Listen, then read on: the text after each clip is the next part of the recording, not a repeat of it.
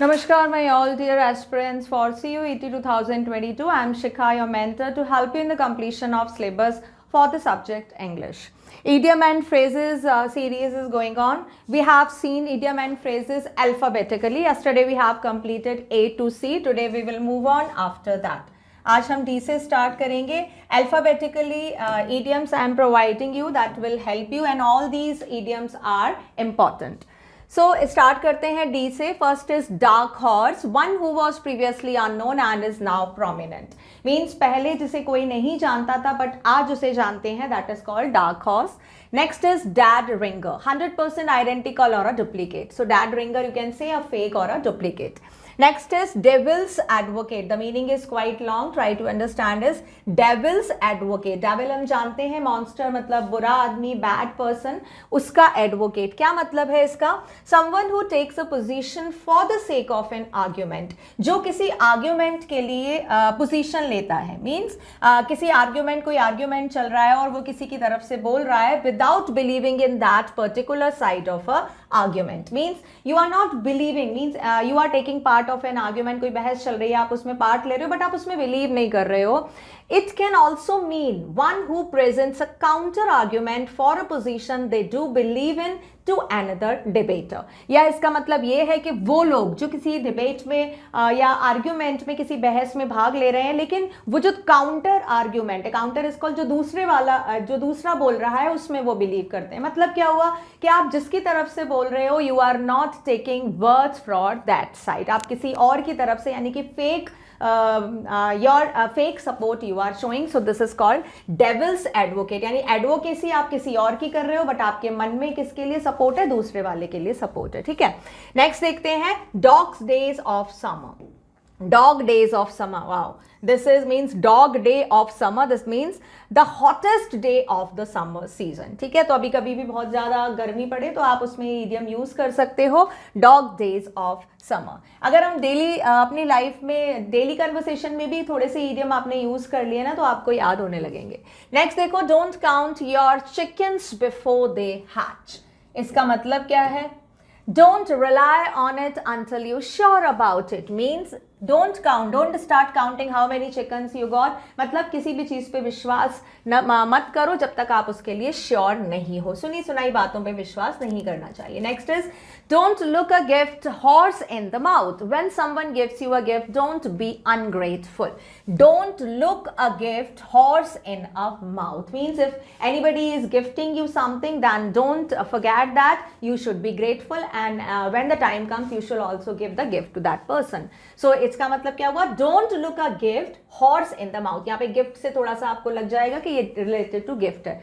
Next देखते हैं हम, don't put all your eggs in one basket. Do not put all your resources in one possibility. मतलब जितने भी आपके पास रिसोर्सेज हैं उनको सिर्फ एक पॉसिबिलिटी के लिए नहीं रखना है, हमको रिसोर्सेज को हर तरह से यूज करना है. ठीक है, अलग अलग तरह से. कैसी भी कोई भी परेशानी या इमरजेंसी आ सकती है तो हर रिसोर्स को हर पॉसिबिलिटी के लिए संभाल के रखना है. Don't put all your eggs in one basket. ठीक है, इन्हें मॉर्निंग है, याद हो जाएगा, थोड़ा सा प्रैक्टिकल है, लॉजिकल है. Now next is doozy, something outstanding. Okay, this is good word. Okay, new word doozy, याद रखना, something outstanding. So whenever you are finding something outstanding, you can use this idiom. Down to the wire, something that ends at the last minute or last few seconds. Down to the wire, जो बिल्कुल last minute में कुछ ऐसा घटता है या होता है, उसके लिए ये idiom हम यूज करते हैं. नेक्स्ट देखते हैं, drastic times call for drastic measures. This is our next. Drastic times call for drastic measures means when you are extremely desperate, you need to take extremely desperate action. So drastic time, अगर बहुत drastic time है तो उसके लिए drastic measurements लेने पड़ेंगे, उसके हिसाब से काम करना पड़ेगा. मतलब आप बहुत ज़्यादा desperate हो तो आपको उस बहुत desperate condition से निकलने के लिए बहुत ज़्यादा extremely desperate actions करने होंगे. Next देखते हैं, drink like a fish. Wow. To drink very heavily. Drink like a fish means fish is a sea creature. So when you are drinking very heavily, too much at one time, enough water, then it is this idiom you can use, drink like a fish. Next is drive someone up the wall. To irritate and or annoy very much. Drive someone up the wall. किसी को मतलब wall तक drive करना, मतलब किसी को बहुत ज़्यादा गुस्सा करा देना, मतलब आप किसी को irritate कराए जा रहे हो बहुत ज़्यादा, but this is in the extreme. Annoy very much. Annoy means to make someone angry. Next देखते हैं drooping like flies. A large number of the people either falling ill or dying. Dropping, I'm so sorry, this is dropping. Dropping like flies, मतलब dropping like flies. Flies मतलब house fly को बोल सकते हो आप, मक्खी या कोई भी इंसेक्ट बहुत ज़्यादा जब गिरते हैं तो क्या होता है, इसका मतलब है कि बहुत ज़्यादा लोग एक साथ मर रहे हैं, कोई एपिडेमिक या पैंडेमिक जैसे भी कोरोना हुआ था, हैजा कॉलरा होता है, like that we can use in that dropping like flies. Next देखते हैं dry run. This is called rehearsal. Okay, dry run is called rehearsal. When you are rehearsing something then you can use this idiom. Next alphabet E. E से start करते हैं. 86 we have left on 71. Okay, now we start with 72. 86, a certain time item is no longer available, or this idiom can also mean to throw away. So 86 का मतलब क्या है? Throw away. ठीक है, याद रखेंगे. Evils has left the building. Elvis has left the building. This is the name of a person given here. Elvis has left the building. The show has come to an end. It's all over. Elvis. अब देखो यहाँ पे ऐसा नहीं कि कोई नाम है तो you can use any name. अब ही idiom है तो मैंने बताया था ना स्टार्टिंग में idiom fix होते हैं तो you cannot put here Raman और संजीव और सुजाता आप नहीं डाल सकते हैं. Elvis ही रहेगा यहाँ पे. ठीक है. Elvis has left the meeting. Means show is over. Now you can go. Next is ethnic cleansing. Killing of a certain ethnic or religious group on a massive scale. Ethnic cleansing is called किसी भी बड़े religious group को एक massive scale बहुत बड़े scale पे ख़त्म करना. Next is every cloud has a silver lining. Be optimistic. Even difficult times will lead you a better days. So every cloud has a silver line. Clouds are regarded as black color. तो silver line दिखता है तो मतलब sparkling means ray of hope. यानी कि if you are surrounded with so many problems, definitely the good time will come. This is the mean of that. Next is everything but the kitchen sink. Almost everything and anything has been included. Everything और kitchen sink को भी include किया है. Means you cannot leave anything. छोटी छोटी चीजें बड़ी बड़ी चीजें सारी चीजें include है. Means each and everything is having same importance. Next देखते हैं number 77. That is excuse my French. Please forgive me for cussing. तो यहाँ पे हमें excuse my French. अब यहाँ पे French language है तो यहाँ पे आप हिंदी, इंग्लिश, जर्मन ऐसे कुछ नहीं लगा सकते हो, right? That's why idioms are a little difficult to learn or to believe. कि अगर कोई language का नाम आ रहा है, कोई place का नाम आ रहा है, कोई person का नाम आ रहा है, they are fixed. You cannot change that. Okay. So excuse my French means please forgive me for cussing. Cussing you can say the cursing. जो हम बुरे word बोलते हैं या cursing we can say ना the bad wishes, bad omen, श्राप देना like that. ठीक है. Excuse my cussing. Next देखते हैं number 78. Cock and bull story, unbelievable tale. We have gone through it. आ चुका है ये. Next is cock and bull story again. It is. ठीक है तो हम यहाँ पे 78 ही रिगार्ड करेंगे. ठीक है, अभी हमारे 78 हुआ है. नेक्स्ट देखते हैं अल्फ़ाबेट नंबर ऐप से. नंबर 1 इसका आता है यहाँ पे हम लिखते हैं number 79. Feeding frenzy, an aggressive attack on someone by a group. Feeding frenzy means somebody aggressive attack, बहुत तेज attack by a group. ठीक है, one person पे attack हुआ है by a group, so that you can say feeding frenzy. Number 80 देखते हैं field day. An enjoyable day or circumstances. Field day means somewhere you are outside in the field, so that will be an enjoyable day, so it is logical meaning. Next देखते हैं finding your feet. It means to become more comfortable in whatever you are doing. Finding your feet means whatever you are doing, whatever the condition, situation, the place is there, you are comfortable in. Next is finger licking good. A very tasty food or meal. Yes, finger licking good. Licking is called when you are tasty food होता है तो finger lick करते हैं ना. So that's, so this is तो obviously अब बहुत अच्छा meaning है, logical meaning है. नेक्स्ट इज मतलब ईडियम के ग्रुप से जो वर्ड्स आ रहे हैं उससे समझ में आ रहा है. Fixed in your ways, not willing or wanting to change from your formal way of doing something. Fixed in your ways, this we can do or use for the elderly person or all जितने भी हमारे दादा बाबा और ये grand parents होते हैं उनके लिए यूज कर सकते हैं, because they hardly change in their routine, isn't it? So here fixed in your ways means you don't want to change in your normal routine. Whatever you are doing, you are happy with that. Next is flash in the pan, something that shows potential or looks promising in the beginning but fails to deliver anything in the end. So flash in the pan is called flash. आप ऐसे मान सकते हो कि pan is very hot, so जब pampering hot होता है आप उस पर कुछ डालते हो, जैसे पानी डाला या कुछ ऑयल वगैरह डाला तो एकदम से स्पार्क या फ्लैश निकलता है, बट एक उतनी ही जल्दी से वो खत्म भी हो जाता है. सो यहाँ पे क्या कि what ever that is looking, कि आपने प्रॉमिस किया था कि I will do this thing in the beginning, that was okay, but at the end that doesn't worth that much, इतना अच्छा वो नहीं रहा रिजल्ट उसका. नेक्स्ट देखते हैं flare market. Number 85, a swap meet, a place where people gather to buy and sell inexpensive glue. ठीक है, फ्लिया ज़्यादातर हाउस फ्लाई के लिए यूज़ होता है. This was one of the poem of Francis Bacon जिसमें उन्होंने यूज़ किया था ये. तो फ्लिया मार्केट जहाँ पे इनएक्सपेंसिव चीज़ें मिलती हैं, बहुत भरा हुआ market, gathering of the people is there. Next देखते हैं हम flash and blood. This idiom can mean living material of which people are made of, or it can refer to someone's family. Flesh and blood, obviously flesh and blood का क्या दे रहा है, human identity, हमारे अंदर flash blood दोनों होते हैं, तो ये it is related with the family. Next is flip the bird. To raise your middle finger at someone means flip the bird. Flip का मतलब होता है पलट देना, ठीक है. To raise your middle finger to someone, this is the meaning of this. Next देखते हैं foam at the mouth. To be enraged and show it. Foam at the mouth, to be enraged and show it. मतलब you are raging at someone, you are showing your anger and now it comes to your mouth. आपने उसको बोल भी दिया, आप जिससे नाराज हो. Fool's gold. Fool's gold का मतलब है iron pyrites, means a worthless rock that resembles real gold. Fool's gold मतलब जो चीज़ है जो गोल्ड की तरह लगती है but actually that is not gold, means that is looking as precious but that is it is not precious, कीमती नहीं है वो. From rages to riches, to go from being very poor to being very healthy. ये तो rags. I'm so sorry, this is not rages, this is rags. Rags मतलब torn one, फटा हुआ. तो फटे हुए से हम कहाँ पहुँच गए? Riches पे means आप poor थे and then wealthy by your success, by your education, whatever you are. Means go from being very poor to very healthy. It is related with rags is called poor, riches is called wealthy. Next देखते हैं fuddy-duddy. Wow. ठीक है, इसका pronunciation it's means quite good ना. fuddy-dubby. Fuddy-dubby an old-fashioned and foolish type of person.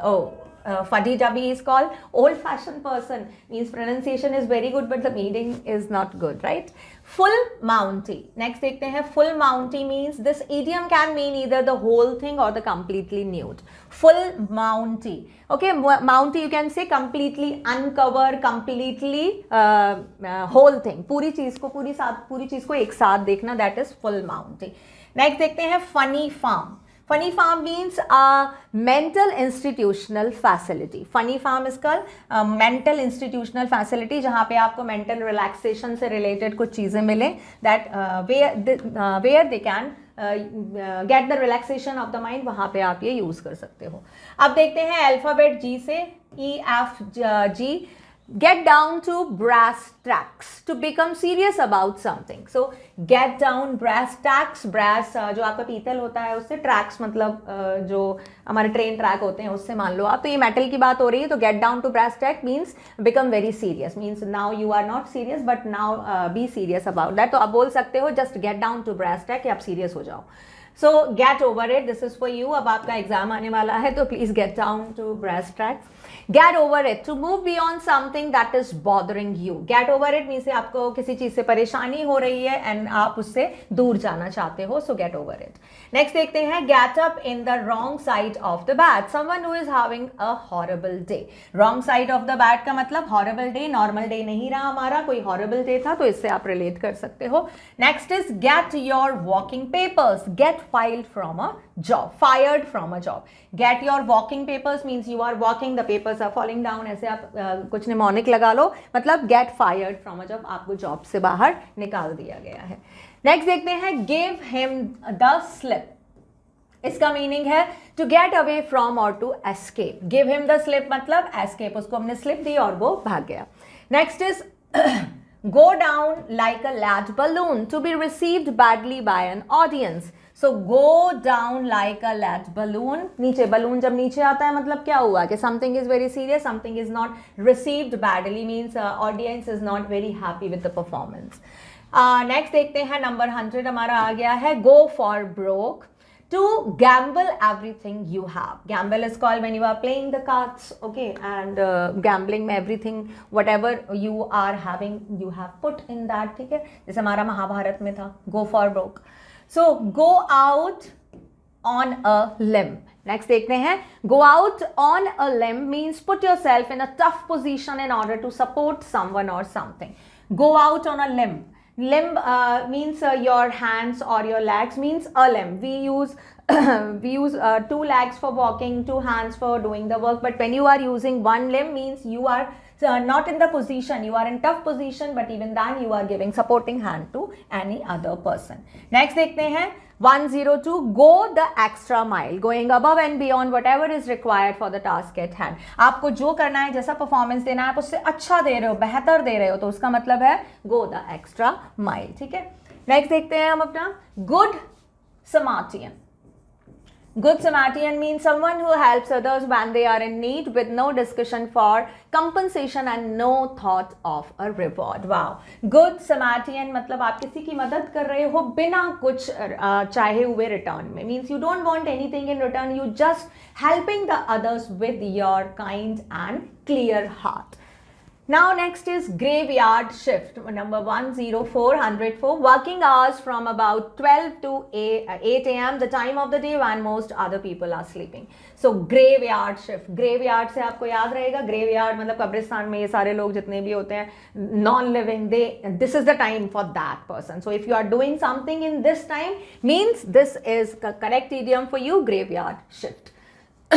Next देखते हैं great mind thinks alike, number 105. Great mind thinks alike, intelligent people think like each other. Obviously great mind मतलब intelligent people, वो सब लोग एक तरह से सोचते हैं. Number 106 is green room, the waiting room specially for those who are about to go on a TV or a radio show. Green room होता है ना when you are giving any performance. अगर आप लोगों ने कभी देखा हो स्टेज शो, बैक स्टेज, आप बैक स्टेज बोल सकते हो. बैक स्टेज पे जो रूम होते हैं जहाँ पे सब लोग तैयार होते हैं, परफॉर्मर वगैरह, वहाँ रिहर्सल होती है, सारा टचअप किया जाता है, मेकअप वगैरह किया जाता है, that room is called green room. Okay, ऐसा नहीं है वहाँ पे ग्रीन लाइट जलती है, वो उसके रूम को बोलते हैं ग्रीन रूम, जहाँ पर लोग जो है वहाँ पे तैयार होते हैं. Next is 107, that is gut feeling, a personal institution you get especially when feel something may not be right. Gut feeling आपको लग रहा है कि कुछ अच्छा नहीं होने वाला है. So which type of feeling you are having when you are thinking there's something going to be happen, तो वहाँ पे बोलेंगे हम gut feeling. नेक्स्ट देखते हैं नंबर H से 108 आ गया है हमारा. Haste makes waste. Quickly doing things result in the poor ending. Haste make quick. Haste का मतलब ही होता है quick, ठीक है, quick यानी कि अगर आप जो भी जल्दी का काम करोगे उससे क्या होगा, जो रिजल्ट आएंगे वो बहुत बुरे आएंगे. नेक्स्ट देखते हैं number 109 hat trick. When one player scores 3 goals in the same hockey game, its idiom can be used, mean 3 scores in another sports like 3 home runs, 3 touchdown, 3 saucer goals, etc. हमारे cricket में भी होता है जिसको बोलते हो hat trick, तो ये तो आपको इट इज वेल नोन, आपको आता होगा. Number 110, have an axe to grind, to have a dispute with someone, this already has come, ये आ चुका है. then again यहाँ पर मैं 1010 को यहाँ लिख देती हूँ क्योंकि it is repeated, ठीक है. I'm not doing cheating, okay.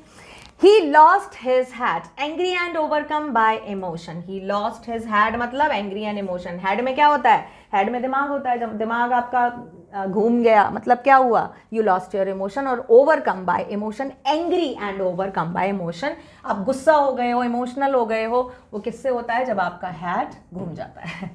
Head over heels, very excited and joyful, especially when in love. Okay, head over heels. So please don't be in this condition right now. Just concentrate on this coming examination. After that, make your career solid and then go in this condition, right? So next is देखते हैं हमारा 112. Hell in the hand basket, deteriorating and headed for complete disaster. Deteriorating धीरे धीरे धीरे धीरे खराब होना, या headed to complete disaster पूरी तरह से ruin हो जाना, उसके लिए हम idiom यूज करेंगे hell in the hand basket. आपके पास basket है, उसमें hell है, मतलब you are filled with the bad and ruinable or disastrous thing, right? Next देखते हैं 113, high five. Slapping palms above each other heads at celebrating gesture. High five. ऐसे देखते हैं, high five means yeah, 5 are fingers and high five like this. You are celebrating something, na, give me a high five. This is called high five. Now next is 114, high on the hog, living in luxury. इसका हो गया high on the log is called high. जहाँ पे भी high है उससे आप समझो कि हाँ it is related to success, wealth, riches. तो यहाँ पे उसी से ही आया है कि living in luxury. Hog, living in luxury. ठीक है, 114. अब देखते हैं हमारा next 115 क्या है हमारा. Hit the books to study specially for the test or exam. Right now, this is the main thing that you have to do. This is the only thing that right now you have to concentrate on, and so hit the books. Next is 116, hit the hay. Hay का मतलब होता है dry grass जो होती है हमारी, उसका वो होती है go to bed or go to sleep. Hit the hay मतलब go to sleep. देखा है ना, बहुत सारी movies वगैरह में दिखाते हैं जहाँ पे जंगल में अगर हैं ये अपने बहुत सारी मूवीज में उसमें दिखाया गया है कि if you are somewhere at a place जहाँ पे सोने की जगह नहीं है तो सूखी घास बिछाई और सो गए, तो ये बिल्कुल आप उसी से लगा सकते हो, go to bed and go to sleep. Next देखते हैं 117, hit the nail on the head, do something exactly right or say something exact right. Hit the nail on the head. nail का मतलब होता है कील, मतलब कील पे मारना, बिल्कुल निशाने पर मारना. इसका मतलब क्या है, exactly right to say something that is exactly right, मतलब आप बिल्कुल वही कह रहे हो, बिल्कुल वही कर रहे हो जो उस टाइम पे ठीक है. Hit the sack, 118 आया हमारा. sack का मतलब होता है big bag, जो बोरा होता है, बोरा मान सकते हो आप, बड़ा सा थैला. गो to bed or go to sleep. So hit the sack, hit the hay मतलब go to bed or go to sleep. Next देखते हैं 111, hocus pocus. Pronunciation is good. In general और in terms used in magic और trickery. Hocus pocus is related with magic और trickery. Now number 120 हम लोग पहुंच चुके हैं. Hold your horses is called be patient. Horse क्या होते हैं, horse every time they are ready to run if you just leave the rein, but यहाँ पे क्या है, hold your horses मतलब be patient. So please hold all your horses. Okay, we are just going to cover the more idioms in this series. We have completed till alphabet H. आगे की series में आगे की video में कराऊंगी, तब तक आप लोग इसकी प्रैक्टिस कीजिए, ठीक है. We will meet in next video.